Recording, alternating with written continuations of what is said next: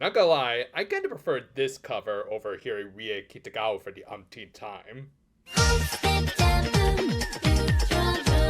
Continuing right from where we left off in the last episode, Amu had been invited, aka forced into joining the Guardians, in a position that had likely been made specifically for her.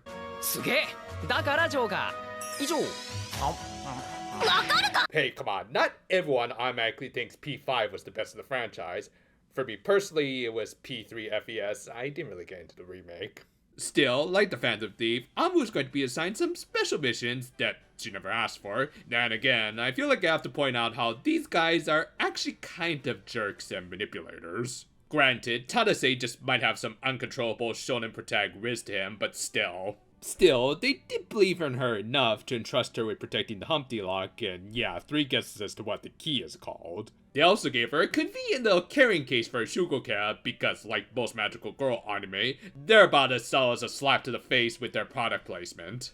Later, after getting a little bit with Amu's kind of sus family, we got another bit with the most sus character in this whole damn show. You know, for kids! To be fair, he was there to try and pay her back for ruining the tart from the last episode by giving her some candy from the dollar store. Yeah, honestly, Amu really didn't have to accept his apology, especially when he seemingly was going to share his secrets with her and, well... Well, when the FBI is already on your tail, you may as well go all in, am I right? He did at least try to warn her about staying away from the embryo, even though he probably could have also just told her not to trust Tadase's crew, because there's already amounts of evidence against them. Case in point, the next day when Kukai invited her to participate in some light exercise. Worst of all, this led to your typical gossip column in most shoujo rom-coms. Granted, at least there's only a 1-year age gap in this ship. He also did provide a little more exposition about X-Eggs. I mean, it wasn't much new that we could at least conclude from the fight with Suzuki. The most significant takeaway was learning what would be the worst case scenario if things really got out of hand. This led to, low-key, one of the most poignant comments from Amu.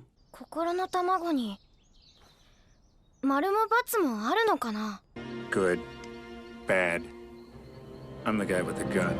Happy Halloween, by the way. And of course, this would be put to the test when obviously evil shady guy already found his next victim of the week. As it turned out, one of Amu's classmates named Yuki was moving to the States due to her parents' jobs. And I really got praised the visual storytelling in this scene. Like for the most part, we could very easily read into her distress over leaving her friends in school through stuff like her looking at a group picture of them and just her subtly sad faces. There was nothing too in your face like Yuki weeping or some forced unnatural exposition from her mother like, "Oh hi honey, I hope you're not sad over the fact that we're dragging you to the US of A with us and forcing you to have to worry about culture shock or miss your friends and stuff like that." Anyway, our plane leaves in about an hour, so just leave your stuff and let's go.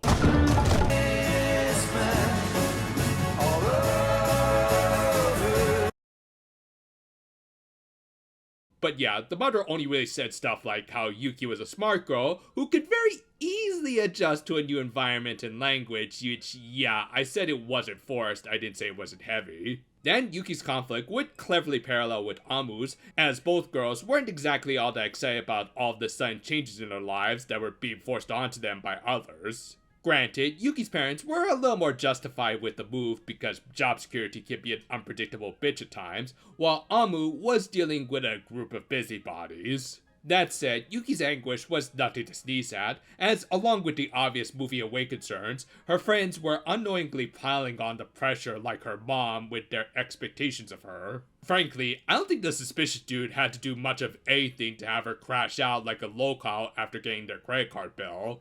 Anyway, Amu's main character powers let her hear and see Yuki's egg corrupting, and she gave chase only to run into a not at all evil teacher who had the same clothes and hair as the dude in the shadows. It's just a coincidence. Anyway, she continued her chase, but as Yor pointed out, she ended up going in the wrong direction towards an abandoned building, which turned out to be an observatory. Still, she tried to drum up the courage to go into the dark building, and figured that canoning with Ron would do the trick.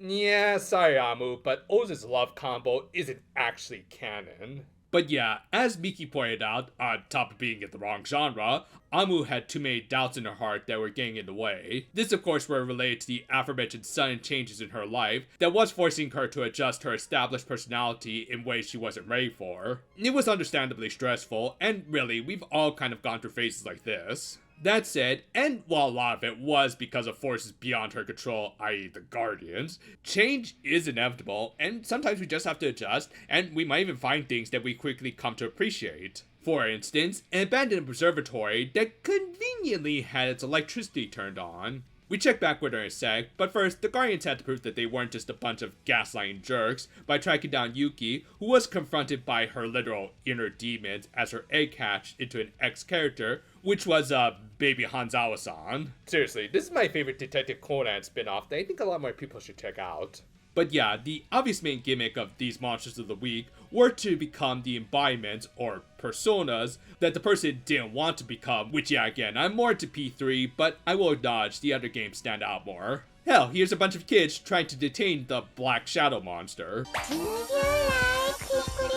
Well, as a JoJo fan, you're pretty much required to like English. Rather conveniently, it headed towards the observatory where Amu took in the fact that while the sky could change colors depending on the time and place, the stars would remain constant, at least within our lifetimes, because of how light travels across space. The point was that even if people do change, we all still live under the same sky. This simple truth would prove useful when the rejected JoJo stand showed up. But yeah, thanks to her enhanced Kyara senses, Amu could hear Yuki's distress from it, and of course related with her. And seeing someone struggle as much as her put her issues into perspective and what she could do to help her classmate. This resulted in a rather simple fight, which was understandable as the episode was almost over, and again, this wasn't Precure. Granted, they could have cut out certain things, but more on that later.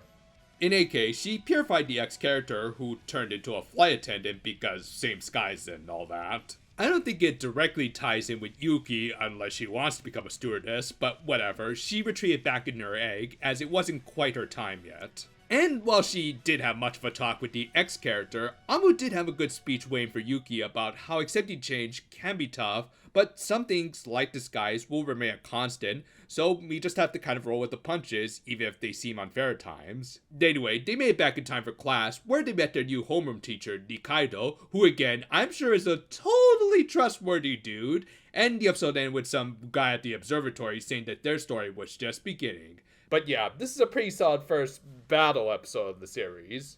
Again, it was no amazing action set piece, but for a show like this, it didn't really have to be more than that.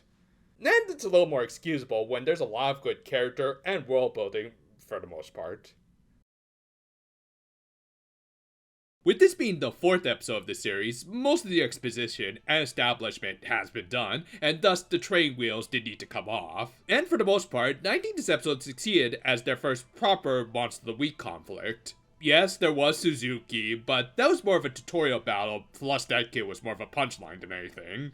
Meanwhile, Yuki had a very relatable conflict here for many kids who needed to move away for various reasons. They also nicely correlated with a more common issue for kids fearing the onset of more responsibilities in their lives, like Amu as they get older. Again, a lot of it was unfairly piled on her, but still the point stands. And while the actual encounter with the ex-character wasn't much of a fight or anything, at least it was entertaining with all of the bad English. What wasn't as entertaining, and yeah, hasn't aged well, was Ikto's scene with Amu, which, yeah, I probably shouldn't harp on all of them throughout the series, as there's unfortunately a lot of them, but yeah, this one was particularly weird. That aside, this is still overall a great proper first Monster of the Week episode for the series. Change can be scary, but at least it's not as bad as this English. Give me a chewing gum! Fried chicken hamburger, hot dog, I'm sorry! Thanks for watching, and if you're watching this just as it comes out, well, I'm likely in Japan about now. Yeah, I recorded this review and scheduled it for release ahead of time, as I am going on vacation to Japan. We'll get back to the regular schedule in about a couple weeks. Until then though, for now my friends, and I understand I could call the cops on you. Put on some clothes, dude.